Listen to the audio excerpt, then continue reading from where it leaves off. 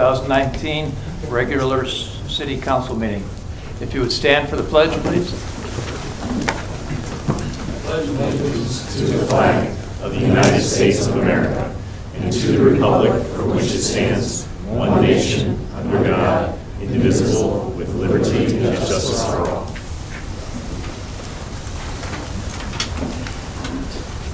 Roll call, please. Mayor Ziegler. Here. Deputy Mayor Beagle. Here. Councilmember Gacho. Here. Councilmember Grenlund Fox. Here. Councilmember Leader. Here. Councilmember Resnick. Here. Councilmember Smiley. Here. Quorum present. Thank you. Any changes to the agenda, Mr. Brown? I have no changes, Your Honor. Anybody up here have a change or addition? Okay. We're going to start this evening off with a couple of presentations. Got reaffirmation of oath by a couple of new police officers. So, Ron Moore, please. Good evening, Mayor, members of council, Madam Clerk, Mr. Brown, and members of the public. I think council knows me well enough by now to know that these evenings are some of my favorite as the police chief, and it's very exciting tonight in that we get to reaffirm 2 new police officers to the Wixom Police Department, and I might add we stole both of them from other states. They both hail from other states, and we stole them and brought them to the great state of Michigan. So I'm going to start with Mr. Lee Bautista. He's here with his wife Heidi Hall, standing right here next to him. And if I may, Mayor, I'll tell you just a little bit about Mr. Bautista.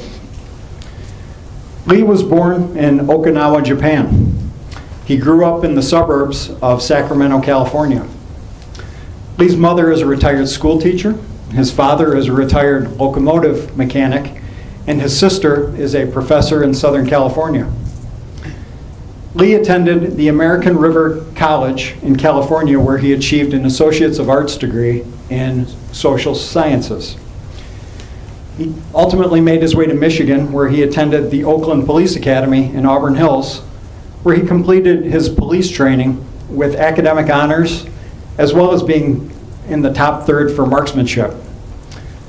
While at Oakland Police Academy, he also received the Physical Excellence Scholarship Award. Lee is married to Heidi Hall, a communications professional for Mercedes-Benz Financial Services. And after spending time in the Pacific Northwest and the Carolinas, Lee and Heidi now call Southeast Michigan their home. Lee enjoys Central Texas barbecue in particular, although in his words, any meat that is grilled or smoked is more than satisfactory. So, a little bit of info about Lee. We're blessed to have Lee and Heidi joining the Wixom Police Department family. And Mayor, if I may, I was going to have Heidi pin the badge on her husband. Is that before the oath or after the oath? Before? Okay, let's do it. All right.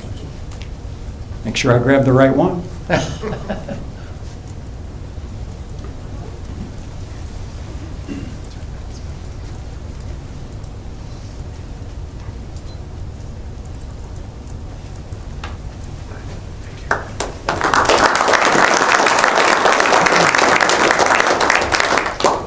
Madam Clerk, if you could please re-administer the oath of office.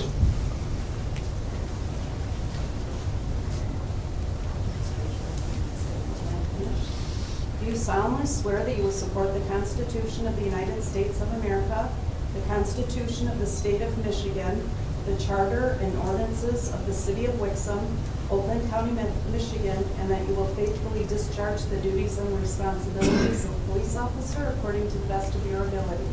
I will. Congratulations again.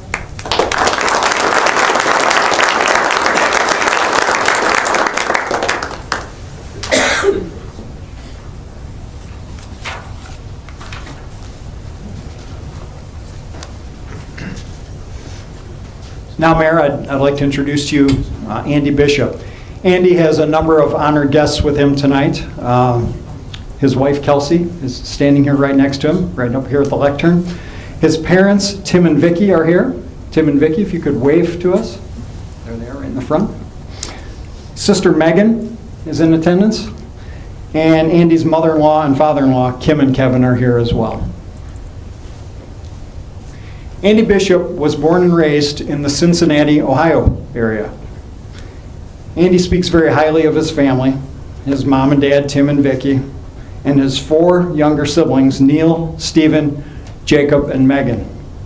Andy recalls that his parents have provided a strong foundation for his life. And even in adulthood, Andy and his siblings remain very close.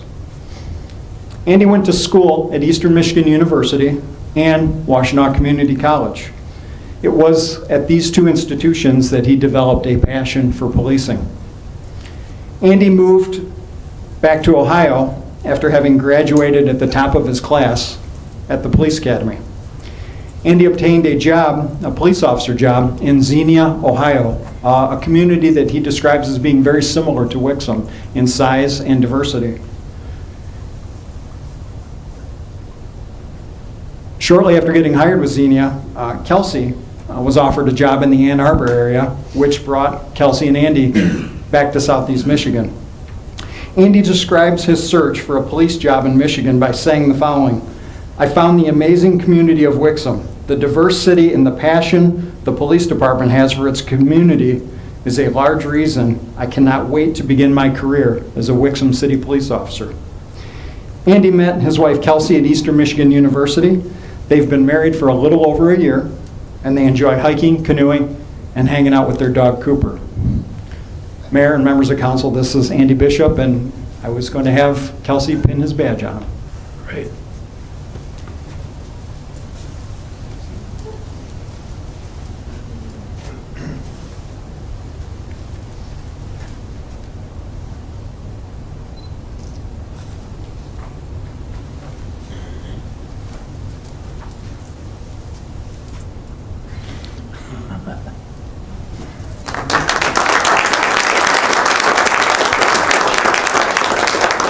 And as always, we do rehearse that just to make sure that the badges No blood, yeah. fit through the Fire fabric. department standing by just in case. Indeed, yes, sir. Madam Clerk? Do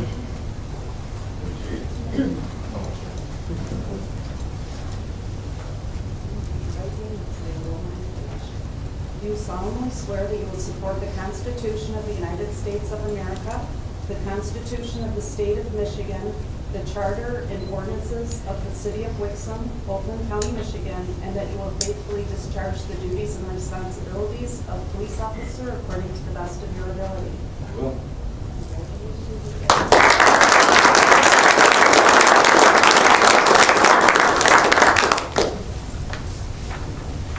Mayor, that completes my presentations. Thank you. And as is our custom, when we have an evening like this evening, we will take a 15-minute break approximately to enjoy a little cake and to meet the family and to have them ask any questions they want about Wixom and just kind of mingle a little bit and get to know each other. So with that, I'll just call for a break. Thanks.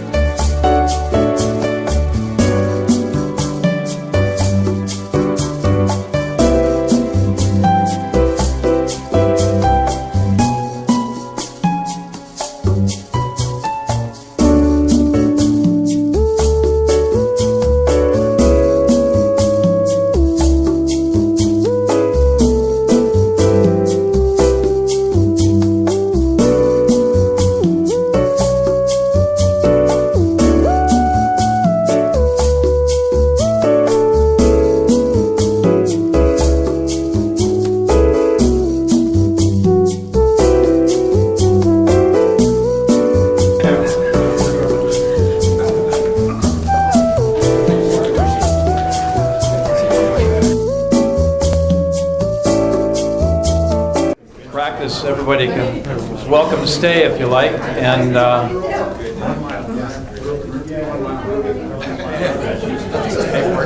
guess we'll get on with the meeting. Next item on the agenda is the approval of the minutes. The first set of minutes is the goal-setting meeting of March 11th, 2019. Do I have a motion? Any discussion on the minutes? Applications? All in favor, please signify by saying aye. Aye. Opposed, motion passes.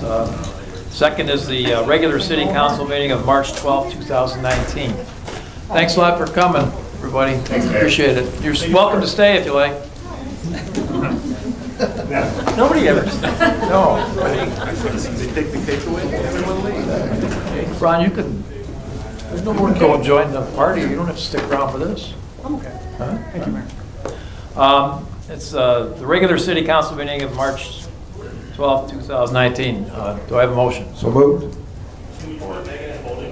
Any discussion, changes, additions? All right. All in favor, please signify by saying aye. Aye. Opposed, motion passes. Next item on the agenda is correspondence. There was one item of correspondence, was an emergency repair that took place at DPW, or fire department. Fire department. And then, next item on the agenda is the first call to the public. And I'll read the rules for public speaking. The public shall address the city council during the call to the public, which shall be included on the agenda immediately after correspondence and again immediately after new business.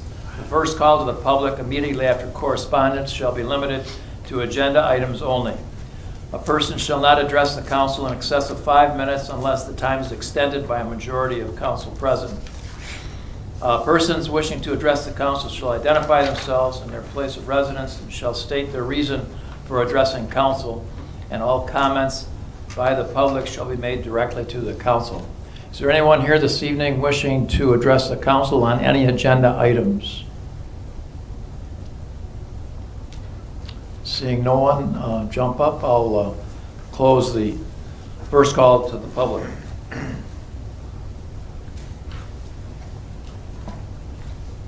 Next item on the agenda, there is no consent agenda. How about city manager's reports? There's a departmental reports of February 2019. Anybody have any questions of the city manager or any of the department heads relative to the document? Mr. Resnick. Yes, I have one on the water department. The PFAS update, it said that the testing was still undergoing testing over at the Tri-Bar number 4. Any change in levels?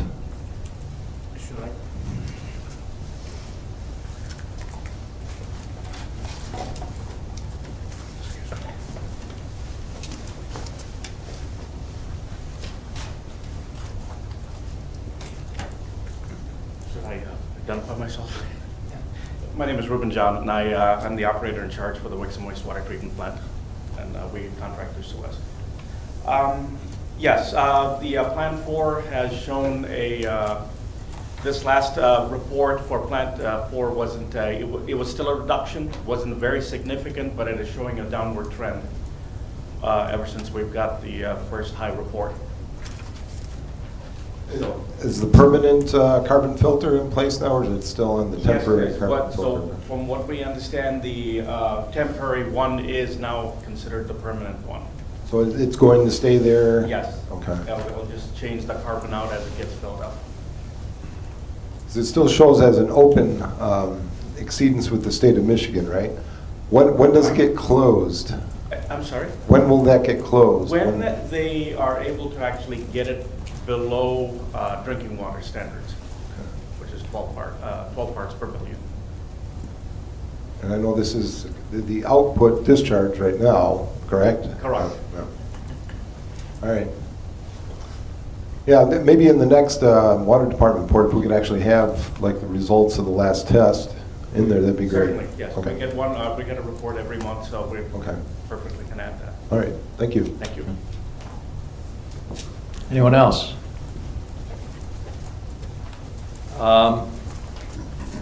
Next item on the agenda is the consent agenda. There's none.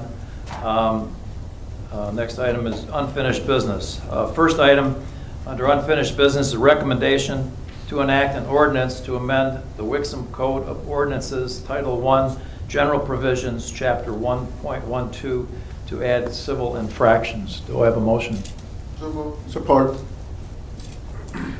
Any discussion? Mr. Smiley. Guess I'm asking, City Manager Brown? Sure. Just,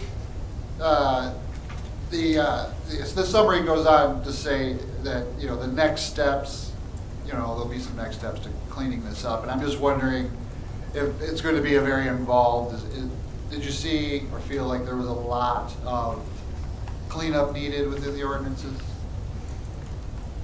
Yeah, there's going to be some, because there's areas where there's what could be perceived as redundant or conflicting provisions for different penalties, and that's why the language was provided by the city attorney as it was, to allow those to continue to stand until they're cleaned up. So now it's going to be a matter of going through the rest of the ordinances, finding those spots, and choosing to eliminate them and reference this central section that we're adopting with this inaction tonight if it passes. Understood. Okay.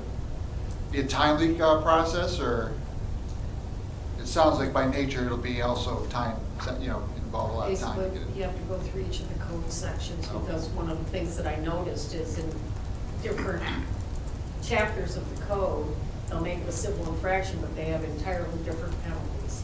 So it's sort of all over the place. That's right. Okay, that's it. Thank you. Anybody else? All right. I have a motion and a second to enact an ordinance to amend the Wixom Code of Ordinances, Title I, General Provisions, Chapter 1.12, to add civil infractions. All in favor, please signify by saying aye. Aye. Opposed? Motion passes. Thank you. The second item under unfinished business is recommendation to enact an ordinance to amend the Wixom Code of Ordinances, Title IX, Public Peace and Welfare, Chapter 9.32, to add Sections 9.32.051 and 9.32.052 to prohibit marijuana establishments and provide penalties for violation of the ordinance respectively. Do we have a motion? So moved. Support? Discussion. Mr. Brown, do you want to add anything here? Well, we just had we had an introduction at the February 26th council meeting where we first introduced this ordinance. There was some feedback from mayor and council about a few things. That directly led to some activities like that prior item that had the civil infractions cleanup. It also became necessary once we delved into it a little bit more completely. The changes are probably minimal on the actual ordinance that's before us. There is going to be some additional work to be done, much like the other one that we just handled, the civil infractions.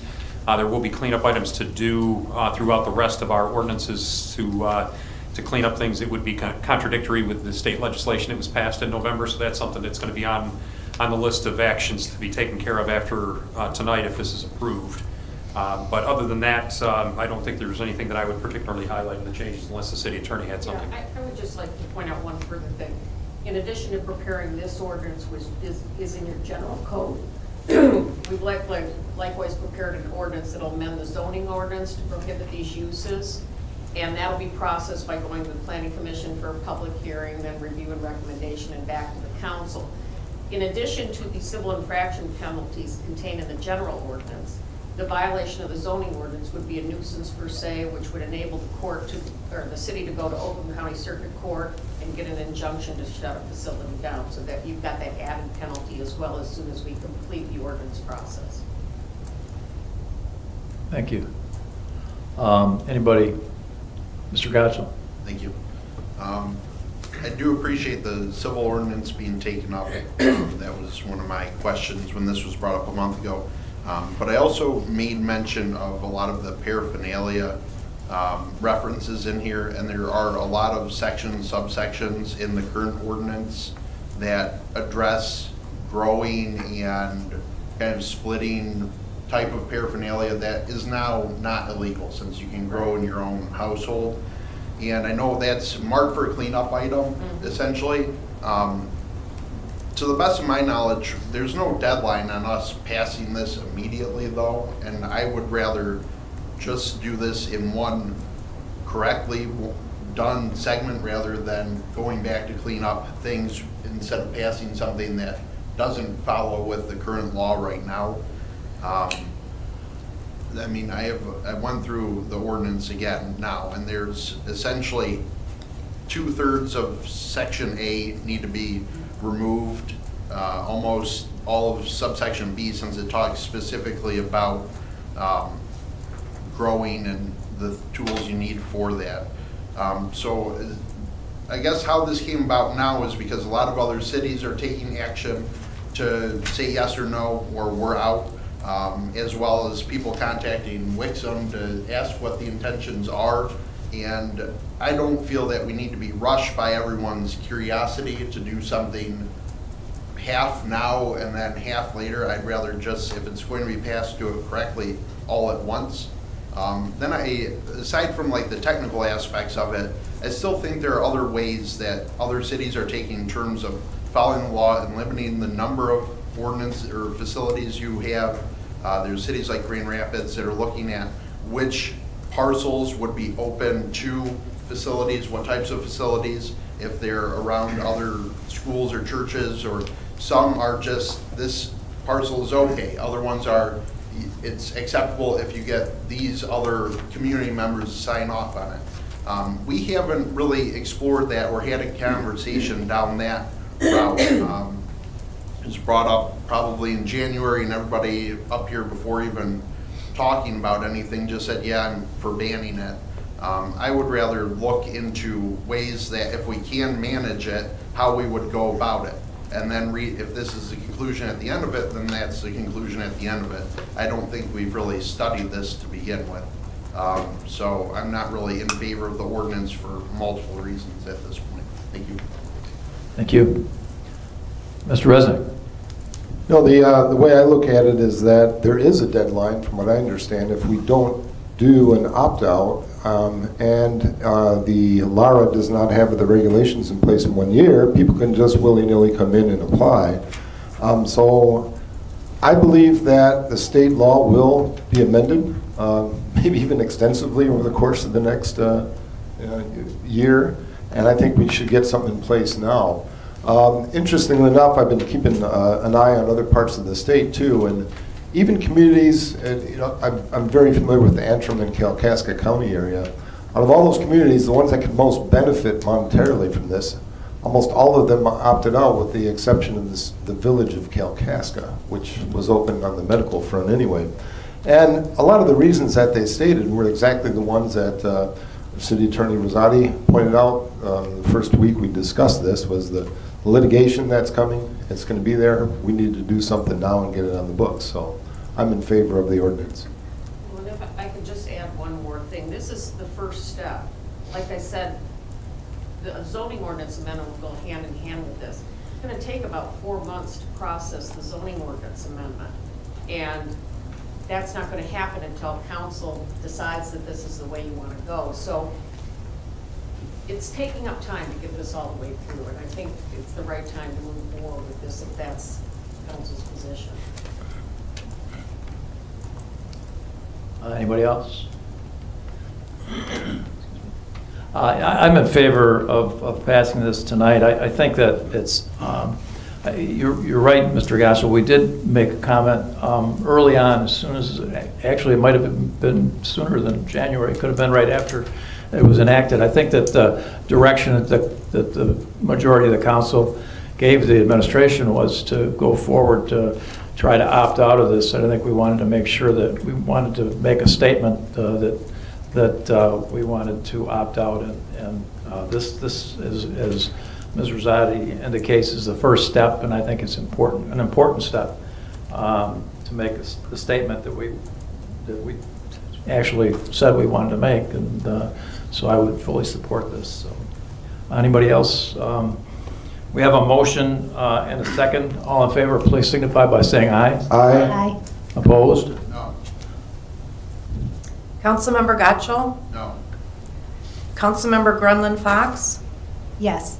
Councilmember Leader? Yes. Councilmember Resnick? Yes. Councilmember Smiley? Yes. Mayor Ziegler? Yes. Deputy Mayor Beagle? Yes. 6 yes, 1 no.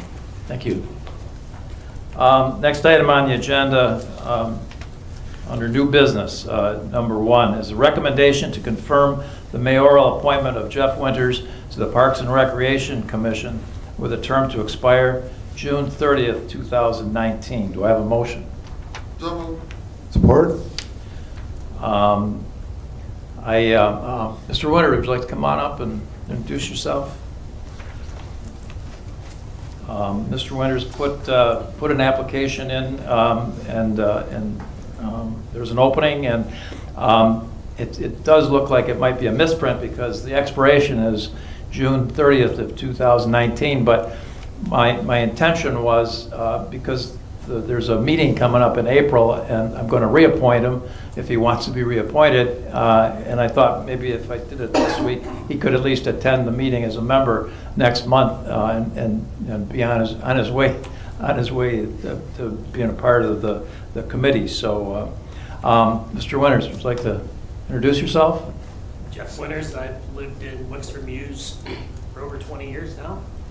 My kids have grown up. I'm ready to give some time back to my community, and I thought this was a great place to start. Great. Anybody have any questions? Okay, we have a recommendation and to confirm the mayoral appointment of Mr. Winters to the Parks and Recreations Commission. All in favor, please signify by saying aye. Aye. Opposed? Motion passes. Thanks and welcome. Thank you. I don't know exactly what the date is of that meeting. Do we? I think it's April 8th. April 8th, okay. Well, good luck.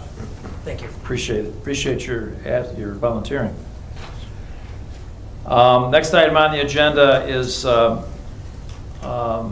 recommendation to award the low qualified bid for the Gibson Park parking lot improvements to Nagel Paving Company of Novi, Michigan for a total of $78,868.54, and to authorize the mayor and the mayor to sign the contract on behalf of the city. Do I have a motion? So moved? Support. Discussion?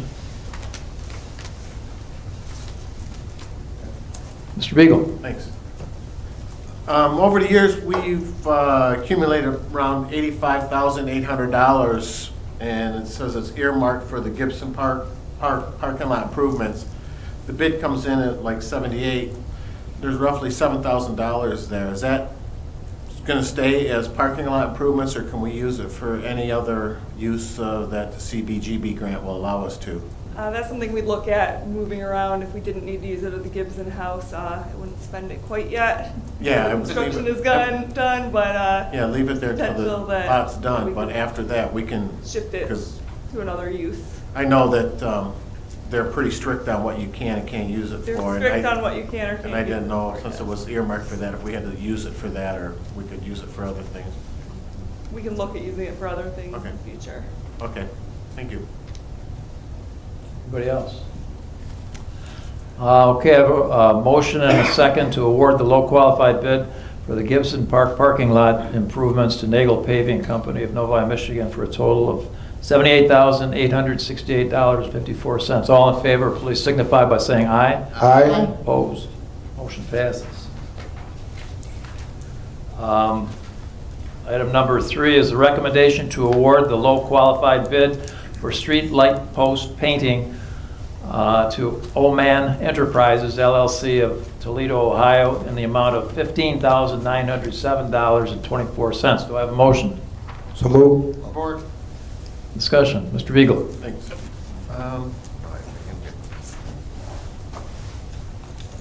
We'll get Andy on this. Who did the background check on this company? Because, you know, they're not local, and they're way far cheaper than everybody else. And how are we able to see what kind of work they do, if this is legit?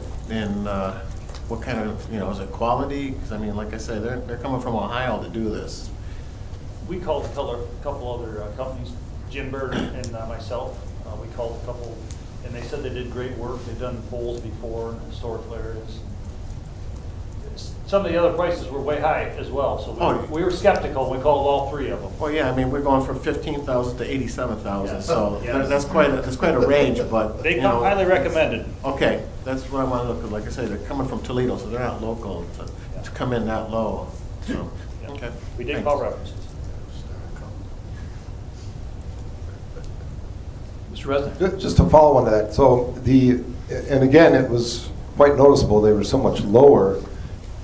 They were a qualified bidder, so I assume that the material that they quoted is of good quality, it'll have a longer warranty, or, it's not going to be a substandard material, right? All the materials the same for each bidder, so each bidder had to bid the same material. They had to And bid the same exact process. same materials, okay. Same process, All right. same material. And the actual surface prep, all that was part of the bid process? Okay. All right, thank you. Okay. Thanks. We have a motion, a second, to award the low qualified bid for streetlight post painting to Oman Enterprises LLC of Toledo, Ohio, in the amount of $15,907.24. All in favor, please signify by saying aye. Aye. Opposed, motion passes. Next item on the agenda is recommendation to award the 2019 pavement marking program to JV Contracting of Goodrich, Michigan, in an amount not to exceed $55,000. Do I have a motion? So moved. Support? Discussion? Anybody? I have a motion and a second. All in favor, please signify by saying aye. Aye. Aye. Opposed? Motion passes. Next item on the agenda is the award of a bid for the annual overband crack sealing program to the low bidder, T&M Asphalt, Inc. of Milford, Michigan, in an amount not to exceed $40,000 with funding allocated from Local Road Capital Program Pavement Preservation Account number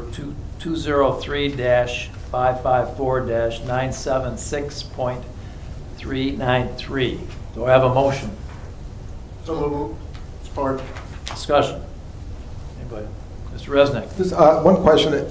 Compared to last year's, or was it 2 years ago when we bid this, in terms of the price per pound, did it go significantly higher? Oh. I was going to go back into the archives and look it up, but because there was quite a spread here as well in the bids, I noticed.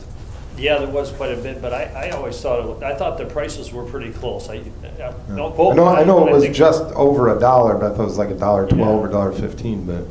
Yeah. But again, we are partnering with 3 other cities, right? Howell, Yes. Brighton, and Village of Milford. Yep. And so we get We get a better price, yes. the price based on the bulk use of the material. And then each individual DPW actually applies it then, correct? Yes. Okay.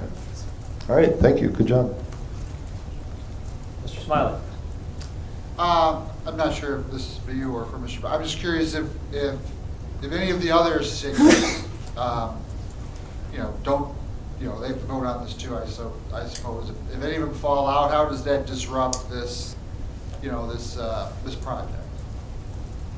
I'd have to look at how it was bid out, whether there was any kind of a all or none kind of thing, or if there was an allowance for an opt-out. I'd have to check on that, I don't know, but I wouldn't anticipate that being a problem. But Yeah, probably not. I'm just curious. this is just basic Because of the maintenance, the economy of smartest thing scale. you can do Yeah. to extend the life of roads at a very low cost, and it's kind of standard operating procedure and practice to do it. It's a worthy investment for sure. I don't think we'll have that issue, but we can check. I can let you know if there's any kind of provision for that. Let's just hope it doesn't happen. And if it does, we'll find out that way. Something to think about, though. I can check it out.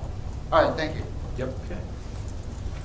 Anyone else? I have a motion and a second to award the bid of the annual overband crack sealing program to the low bidder, T&M Asphalt Paving, Inc. of Milford, Michigan.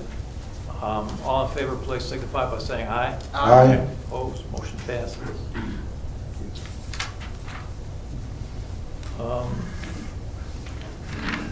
Next item on the agenda is a recommendation to introduce an ordinance to amend the Wixom Code of Ordinances, Title 15, Business Licenses and Regulations, to add a new Chapter 5.30, Wireless Facilities in Right-of-Way, to establish requirements, standards, and regulations for public right-of-way access and use. Do I have a motion? So moved. Support? Any discussion? Ms. Rosati? Yes, you have the draft ordinance before you, and this is very complicated, and it's made even worse by the fact that there are inconsistencies between the state and federal statutes. But there are a couple things in this ordinance that I think you need to make decisions about, so I'd like to discuss them with you, if it's okay. Please do. One of the things is there's a difference in the heights that are allowed under state and federal law. The state allows the 40 feet plus the 5 feet for the antenna. The state allows 50 or 10%. Okay? There's also different fees that are paid. The state statute allows $20 for co-location and $125 for new structures, while the federal law allows $270 per. Okay? So one of the questions for you is, do you have a preference on the height limitation? Some communities have chosen to stick with the state law and only allow the 40 feet and live with the lower fees. But you may, we're not sure, have the option to permit the taller and get the larger fee. So first off, is there a particular preference about the height? You want to limit it short? Mr. Gosh? I guess, do we know what the current height of like our telephone poles are in the city? I don't know how tall they are. Because I recall reading in the ordinance, like, they can't place these in front of like existing residential or commercial structures, which is great.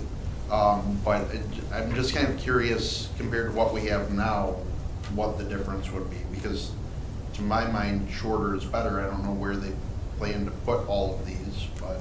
Right, and some communities are going that way, but it'll make a difference for the changes I make for the second reading, whether you want to just stick with the 40 feet or if you're willing to go a little bit higher to maybe get some additional feet.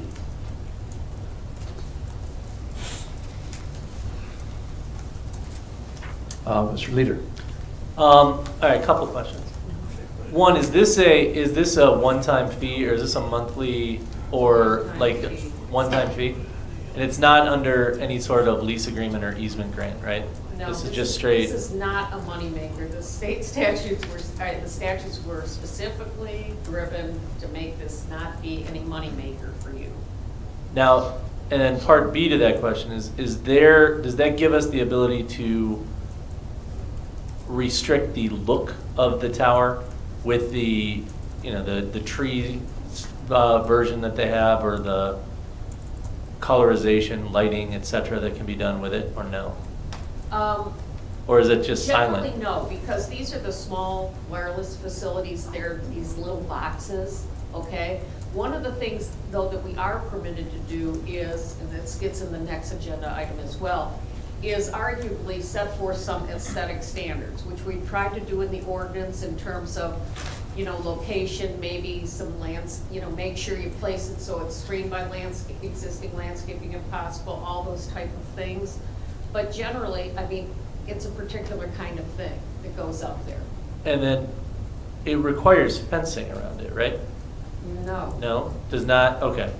So there's no access restriction requirements related to, because for the typical wireless companies or antennas, they normally have access control for maintenance and things like that to prevent vandalism, or so is that? It's entirely different technology. Okay. And there's probably, in all honesty, there's probably some that have been slapped up in the city already and you don't even know it. Okay? Mr. President? Yeah, a lot of this is coming because of the impending 5G technology, Right. which is the millimeter wavelength, and it's transmitting at about 5 gigahertz and upwards. The typical distance between towers is going to be like 250 meters, right? So in order to make it a viable network for the bandwidth they're talking about, you'd have to have a lot of these small wireless stations on everything from your, traffic light poles and everything else. They don't have to be that high because it's line of sight more. And the distances, you need to do that. It doesn't go through things well, it doesn't go through buildings well, it doesn't go through structures well. So the other thing that's eventually going to be coming is some of the vehicle-to-vehicle and vehicle-to-infrastructure technology. They're also very small boxes, and the antennas are 10, 11 inches. So those are the things that this ordinance addresses. I also had the question, because I just came back from China, and they had boulevards where they had one of these towers every 250 meters, but they were dressed as trees. And they looked like the flora and fauna of that particular parkland. And it was actually very I've seen them as well. And then, and building on that is, I've also seen that most of these wireless companies have been either buying air rights or taking private easements on rooftops of certain buildings for the line of sight requirement. Does this have any restrictions? It shouldn't, because obviously it's private property, but does the state law have any restrictions as to what can be done for private citizens who are searching or granting easements? Because from what Mr. Resnick is saying, if we're talking 250 meters, we're not going to run into right-of-way access with line of sight for all of them. Well, the statutes are intended to address the public rights of way. That's what they cover. Okay. So, you're right. I mean, the other thing that's caused the need for this as well is the fact that everybody has computers in their cars now, and all that technology is weighing on the whole, all the facilities. So, but like I said, the first thing is, what height do we want to go with?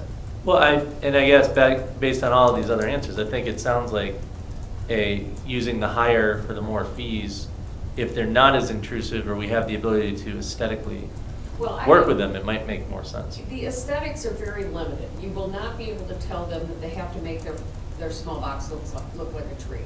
Okay, the facilities you see now are your telecommunications facilities, the towers, and a lot of those, communities have said, make it look like a flagpole, make it look like an evergreen tree. You're not going to be able to do that with these small boxes. Okay. So there's sort of a limitation on the aesthetics, and we've tried to be as broad as we could in the section that's been written. But I don't think 10 feet is going to make that much of a difference as a conclusion to all. 10 feet versus what? What's the other? 40 feet, but it's 10 40 feet. 40 versus 50. 40 Yeah. versus 50 or 10%. That's the key part, I It's think. the or 10%. 10% of, The 10% taller than the highest existing pole immediately adjoining it, basically. is- right, and I don't think, and I And I can't don't think, have any way of measuring. I don't think of any, I can't think of anything around that is, I'm trying to just mentally think about it. But I don't think we have very many giant towers in Wixom. Okay. Do we? Is there any that I'm missing? Giant tower? Yeah, Oh, except right. for our, we've got two towers. Okay.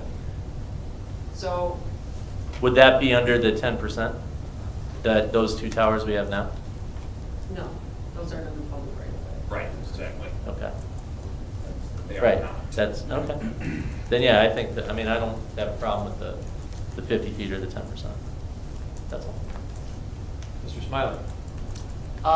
The additional height, is it safe to assume that will, what comes with that is an improved performance by these towers? Or, what, No.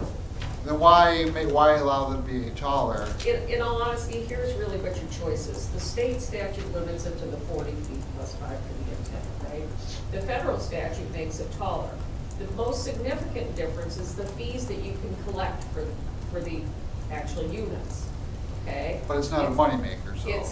But it is higher under federal law. Okay. So the ordinance has been drafted because it's not clear, since they are in conflict, which one really applies. It's been drafted in where it says you have to comply with 40 feet.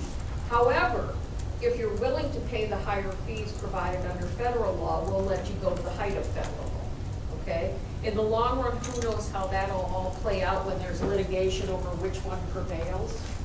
But it's, do you want to give that option? Do you want to say, okay, we'll go, let you go a little bit higher, but you're not paying us $20, you're paying us $270? Well, I tend to lean towards what Councilman Leaders is saying, you know, another 10% of the height. I can't imagine it being any more, you know, aesthetically displeasing, you know, but I'm just wondering what's the advantage, you know, do we get, you know, people love their wireless, if they're getting a little bit better wireless reception with a few more feet, then, hey, that could tip the scales, but you're saying it doesn't make any difference? I don't know that it Why do they necessarily want to makes make any it come? difference in reception. Oh, You'd only be doing it to get some additional fees passed. all right, Mr. Judge. Thank you. So I think this is something that kind of came up when we had to go to Milford Township to talk with them about their wonderful radio tower proposal. And doing research for that, and a lot of what would come up is something similar for cell towers. And I guess unfortunately in those cities, they didn't have ordinances saying you couldn't put these in front of existing houses. So it was a real eyesore. I think the point of the 10 feet is that you can co-locate more things, more devices on that extra 10 feet, whereas it's a little bit more restrictive on the 40 foot. You can fit more on the 50 foot. And so that's probably the reason that they would prefer 50 feet. That's the way it came off to me. I think one way or another, unfortunately, the state and federal government said, you have to do this, it's gonna look bad. If we can limit them not going from people's houses, that's great. But to me, 50, I would rather have fewer of them. And I think when we get into 50 feet, we're opening up more devices because they can co-locate more, they have an extra 10 feet. I'd rather not have that. I'd rather not have 50 feet. Correct. I'd rather have 40 feet and whatever they can put on there, 40 feet, cool, but don't give them an extra 10 feet to put on a few more. Do you know, and maybe you do, maybe you don't, are these multiple service cell locations, or are they sharing towers, or are we talking? When I was reading it, it sounded like the most that they would be allowed to have, period, was 3 co-located per pole. And that's why I kind of asked about the current lines, is because when I was seeing what was done in other areas, it's essentially just a larger telephone pole with an antenna on top and other crap stuck up there, essentially. So it doesn't look good. It doesn't do us really any service. It's not going to be a moneymaker. And that's essentially where that extra height comes from, is then they can definitely just get more on it. But they're limited at 3 one way or the other. And the 3 is the individual antenna, or is it the box? Whatever they need, it's like 3 systems can Okay. be co-located per pole. All right. You make a good point. Ms. Carolyn Fox. Carol, where would these be located? They're in the right way. They would typically go on your lights, your telephone poles, things like that. Okay, thank you. They generally go on what's existing already. They try to just piggyback onto that. It's the cheapest way to do it. I would tend to agree with Mr. Gotchel relative to the height. I think that I'm not frankly interested in making money off of this. I mean, I just assume have it be the least offensive, aesthetically offensive as we can get it, and probably the shorter the better as far as I could tell, but that's my thought. Okay, we've got a motion Wait, to... wait, wait. I'm sorry. So I think I'm getting the consensus is the 40 feet. So I'll make those changes for the second reading, but I have another. Oh, you have another? I have another question to Oh, ask you, okay. okay? All right. This will be quick though. Yeah, 40's fine. We're talking about, yeah. when we're talking about locating these, we talk about that shall not be located in front of an existing residential or commercial structure on, do we want it on the same side of the road or either side of the road? Go ahead. My preference would be either side, because whether it's in front of, directly in front of your house on the same side or across the street, it's gonna be. Still in front of your house. Okay. So I'd rather say you can't do it on either side. That- And there might be physical restrictions where it would require it to be on the other side, so. Right, and we can ask them to move it and things like that too, but, okay, so everybody's in agreement on that one? Okay, I'll make that change too. Anything else, Carol? that No, we need that's to- it, thank you. Okay, we have a motion and a second. All in favor, please signify by saying aye. Aye. Opposed? Motion passes. Next item on the agenda is a recommendation to approve the resolution establishing standards of wireless facilities and other infrastructure installations in public right-of-way. Do I have a motion? So moved? Maybe you could explain this letter. It was a tough read. No, this is just a tough subject. Essentially, when we talk about inconsistencies, the federal government came out with an order, the FCC came out with an order that talked about the municipalities' ability to regulate aesthetics, as long as they have put those aesthetics, published those aesthetics before April 14, 2019. Okay, obviously, nobody can get their ordinance adopted in time, but they did not require an ordinance. So therefore, we're recommending that you pass the resolution that sets forth the aesthetics that will ultimately be in your ordinance, and we will then publish that resolution in the paper, which should satisfy the order from the FCC. Anybody have any? And furthermore, if you don't publish them before the 14th, you cannot have any aesthetic requirements in your ordinance. Right. Anybody have any questions, comments? Mr. Leader? Just the only question is if they're published, they can be amended, right? Yeah, we could amend them if we have to, but I hope you looked at what we had in there. I think we've touched on everything we put in there, so. Anybody? Okay, we have a motion and a second to approve the resolution establishing standards for wireless facilities and other infrastructure installations in public right-of-way. All in favor, please signify by saying aye. Aye. Opposed, motion passes. Next item on the agenda is a recommendation to approve the resolution revising the construction permit fee schedule. Do we have a motion? So moved. Support? Mr. Brown, do you want to? Just generally, we wanted to address some demolition costs that were reflected in our construction permit fees. And this is in relation to larger demolition projects that would take place in town. They're very isolated incidences, and that's the reason why we felt that the ordinance that we had in place didn't distinguish between demolition with and without a building or structure or structures present. And we thought that it would be worthwhile to do that because the amount of difficulty associated with a demolition when a building's not involved is much different. So this is a way to make the construction permit fee schedule address that and have those two different classes of fee. Okay, Mr. Gotcha. Thank you. Regarding this, something that came to mind, we have the unique situation, obviously, right now because of an ownership change. But in the future, I mean, let's say one of our existing warehouses or whatever gets torn down and they still have a pad and other things, still the same ownership. Do they need to then reapply for a no building demolition, or how does that work? That's the only thing that comes to my mind as separating it. Is, are they going to be hit with two different permitting sections, or is everything going to fall under one system even though they have a building? Assuming that the first permit was closed out, it would be a second permit type of situation because that would be a different process, different set of inspection visits by our staff and everything else that would go along with it. So yes. Okay. Short answer. Thank you. Anybody else? Okay, we have a motion and a second to approve the resolution revising the construction permit fee schedule. All in favor, please signify by saying aye. Aye. Opposed, motion passes. Thank you.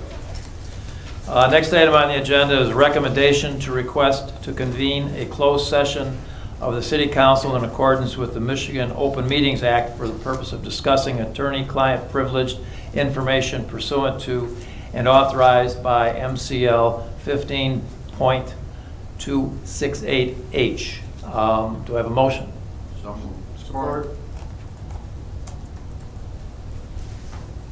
Councilmember Grenlund Fox, Aye. Councilmember Leader, Yes. Councilmember Resnick, Yes. Councilmember Smiley, Yeah. Mayor Ziegler. Yes. Deputy Mayor Beagle. Yes. Councilmember Gatchel. Yes. 7 yes. Thank you. Next item on the agenda is the second call to the public. And I've read the rules for public speaking a little earlier in the meeting, so we'll adhere to those rules and open up the second call to the public, and that's on anything that might be on your mind, within reason, I suppose. But anybody would like to come up and address the council on anything that's on their mind?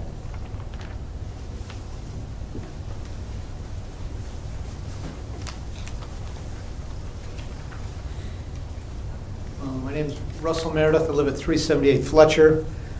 Just a question on the last one, dealing with the relay towers that you set up for the wireless. Given the 50 to 40, the difference of 10-foot height, does this impact the number they'll have to put in? If you're using line of sight, are they going to be able to see enough houses? You're going to have to put additional ones in. Mr. Resnick, you seem to know more about. I'm not an electrical engineer, never worked in that part of it, but is that going to impact how many they're going to have to put up? Is there I think any it's more dealing with the co-location. Okay. So if Will you... that impact, if Mr. Gatchel said if they put the extra 10 feet on, they can put more on there, will that impact the number of service, the amount of service they can put through at the same time? I think the ability for the 5G technology to get through buildings is Yeah. going to be an issue anyway, and it's going to require very, very, very good That's- planning, Yeah, right? so I was just wondering Yeah. whether or not the additional height. I don't think 40 to 50 is going to, yeah, I think it's more on the co-location. Yeah. Thank you.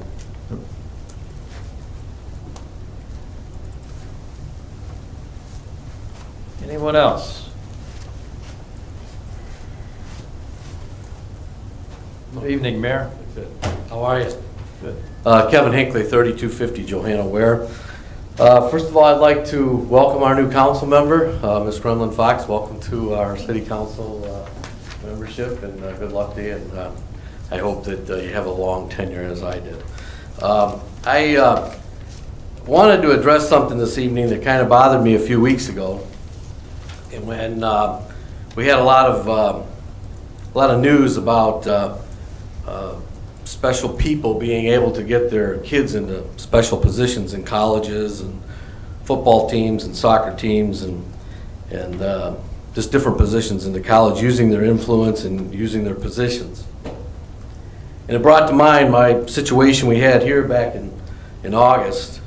And I'd like to read some minutes from the August 14th where Council Minutes 08-135-18, we moved and seconded by Mayor Ziegler and Councilman Resnick to have an independent third party look into the appropriateness of a member of the Wixom City Council simultaneously serving on the Wixom Community Foundation and to review the city charter oaths of office by each of us and the bylaws of the Wixom Community Foundation and the Wixom Community Foundation's meeting minutes, communication, and other relevant documents and materials, and issue a report to City Council determining whether or not there was an adverse impact on the veracity, the credibility, and the integrity of the Wixom City Council on some members thereof, with a spending cap that was, I believe, $5,000, not to exceed $5,000. And I'm just curious, obviously Councilman Kennedy's gone, and we still have a council member here, Councilman Smiley, and I was curious, is this report going to get a final date to it and be available to the public, and when might we see that? Well, my understanding is that it's close to being ready to be sent back to council, and it probably, I would say, by the second meeting of April, I would think that there'd be an expectation that it would be out by then. That's my understanding of where it is. Okay. And then lastly, I think still, I believe, and I haven't seen anything or heard anything from this particular standpoint, that I thought it was a good idea that Councilman Kennedy and Councilman Smiley had an opportunity to write this decision that they had made on the Wixom Community Foundation. And I've been following the Wixom Community Foundation's website, and obviously nothing's changed. Membership hasn't changed. There's no updates. There's board members that aren't even on the board anymore. So I can see that really nothing's been done about that, and that isn't really the responsibility, I believe, of Councilman Smiley and Kennedy. It's just that's what the board should be doing. But as I said then, and I say now, that you have the right or the ability to write that decision, and that was, an unethical and poor decision made on their part, and I still feel that they've got an opportunity to make it right, and that you should. So, thank you. Thank you. And just as an aside, I just want to make it clear that at that same meeting that Mr. Hinckley's referring to, it was decided that there be a complete separation. There's no commonality between the two organizations. The City of Wixom is completely divorced from the foundation, and as far as I'm concerned, what they do over there is their business, and that's kind of where that's at. But, anyone else?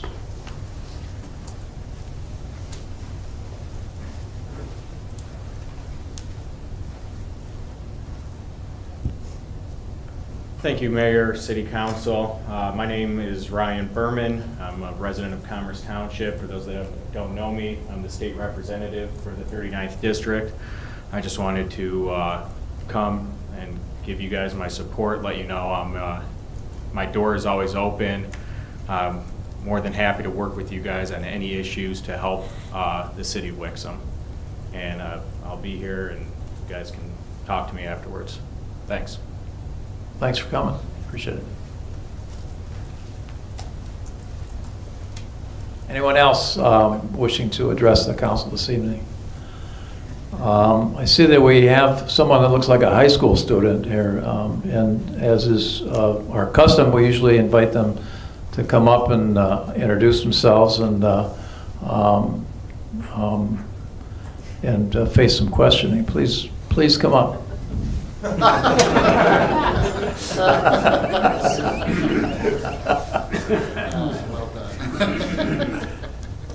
Yes, young man, state your name. Anthony Davis. And where do you go to school? Milford High School. And why are you here? Because you're my grandpa. Oh. All right. Future mayor of Wixom. All right. For a class. All right. Well, you're in taking these what is it? Government class? Yeah. Okay. Well, generally, we'd like to ask a couple of questions about government in general to see how you're doing in the class. So, please, Mr. Resnick. Before Mr. Resnick starts, please don't let Grandpa down. Pressure's on. No pressure. All right, who is this district's state representative? Google. Ryan Berman. All right. All right, well, you got 1 point. All right, anybody else? Got a question? Yes. I just want to know, did Grandpa Ziegler tell you or warn you that you'd be called up to do this, or did he just kind of catch you off guard? Oh, well, he did tell me. He mentioned a little bit. All right, good. Glad to hear that. But I won't tell anyone else. All right. Don't worry. Anybody else have a question? I've got a question for you. How many U.S.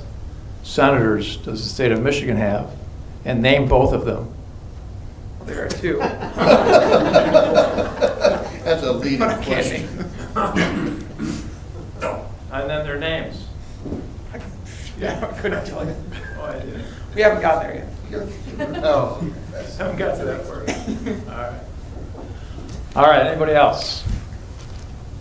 All right, you can sit down. All right. Thank you. You're welcome. Thanks for coming. Next item on the agenda is, I'll close the second call to the public. Next item on the agenda is city manager's comments. Mr. Brown. A couple of things I'll mention from my city manager's update, just because I want to point them out. Lots of good stuff in this one here, lots of good news. Our city clerk, Kathy Buck, and our deputy clerk, Crystal Palco, attended the Michigan Association of Municipal Clerks Masters Academy in Mount Pleasant this past week. It was an advanced continuing education program. We congratulate them for that. And I know they appreciate all the work that was done in the meanwhile to step in and help out from other departments at the city as well while they were out.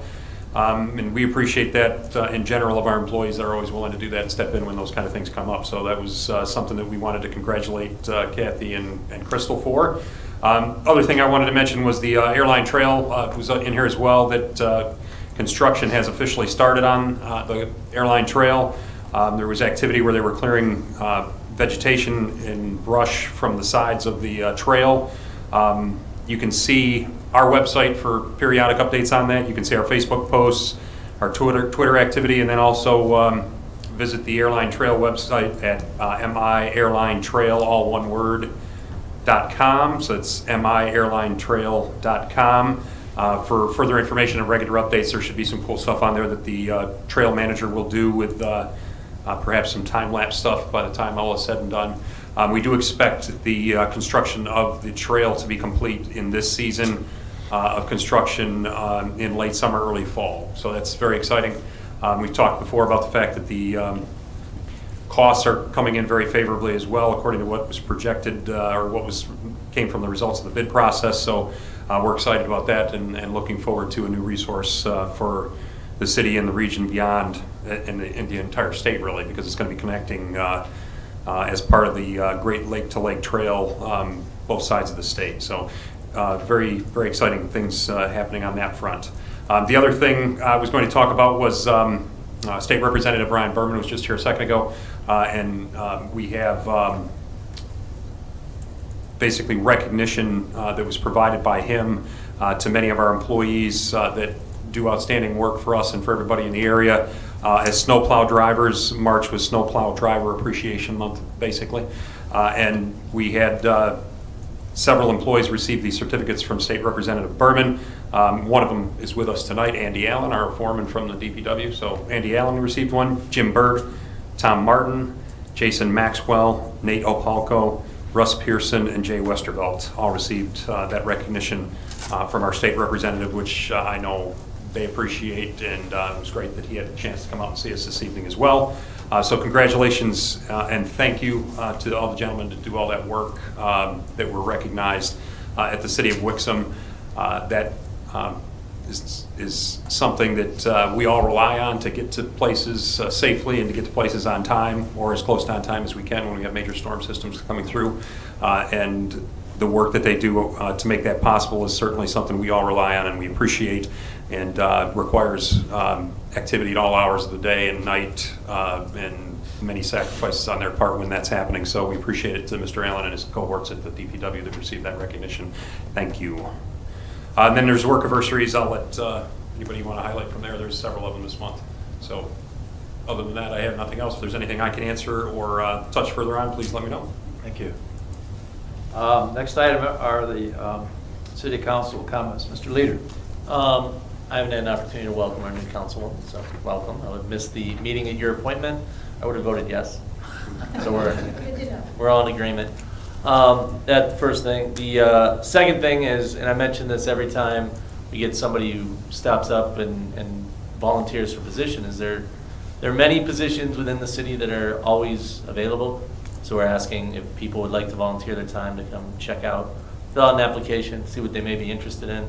A lot of terms expiring here in June and November, so there are always openings and always places that you guys can help. And then just a brief thing as to the marijuana ordinance. That's going to be ever changing, very, very fluid as Supreme Court decisions for the state come down, other challenges in other communities. So I have a feeling that we'll be revisiting this at least 3 or 4 more times in at least this council session. So I'd stay tuned as to further developments as to that. That's all. Thank you. Mr. Resnick. Yeah, I want to welcome Lee Batista and Andy Bishop to our police force, and congratulate their wives, Heidi and Kelly as well, or Kelsey. So the other thing is, Jeff Winters, thank you so much for, oh, did he take off? Just left. Well, thank you for volunteering. Parks and Rec Commission is a great thing. I was on it for quite a while as well. The Michigan Airline Trail, I took a Sunday and actually walked a mile of it, and it was very encouraging to see the vegetation cut being done. I was amazed at how many families were already on it in its gravel state. Not bikes, but just walkers and people flying kites and everything else. So it's going to be quite interesting when it's an asphalt pavement all the way through. So looking forward to it. Mr. Smiley. Thank you, Mr. Mayor. I too also want to congratulate Officers Batista and Bishop. Wixom's a great town, and thank them in advance for their part in help keeping it that way. Welcome again, Jeff Winters. I appreciate his service to the city. I wanted to mention that our very own city manager, Steve Brown, did a very nice job representing Wixom during a question and answer panel earlier today at the Lakes Area Chamber State of the Lakes. Thank you, Mr. Brown, for doing such a nice job. It was an enjoyable event as well. Thank you. I too am very excited, just as many Wixom residents, that construction has begun on the airline trail. And congratulations to all the Wixom employees who received recognition from State Representative Berman on their outstanding service this past winter. It's well deserved. And finally, one sad note I wanted to mention that my deepest condolences to our very own Deanna McGee and her family. She lost her father just a few weeks ago, and now she's mourning the loss of her sister. My heart goes out to her and her family. Thank you. Thank you. Mr. Gosch. Thank you. I wanted to thank and also welcome our two newest police officers.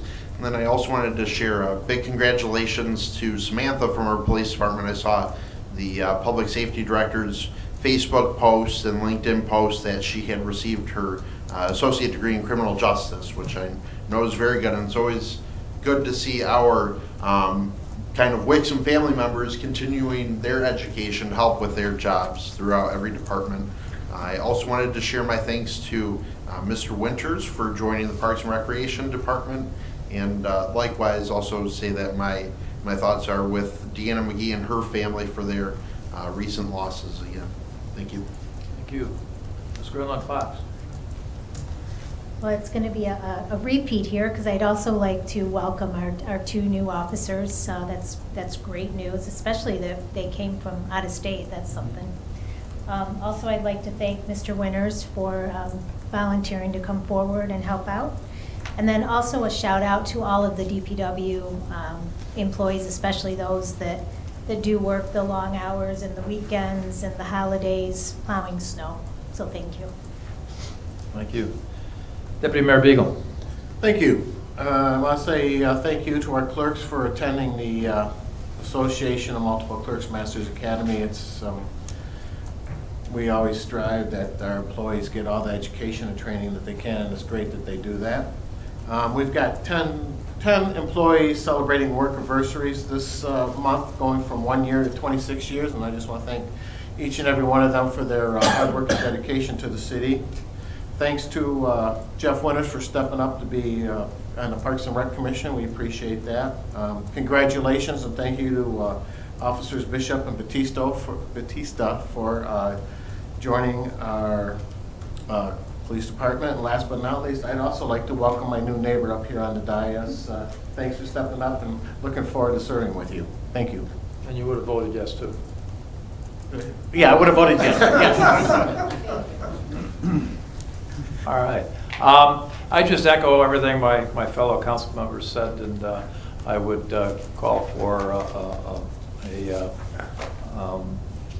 break, and then we'll meet back here after our executive session. So we'll see everybody then. The rest of you can go home.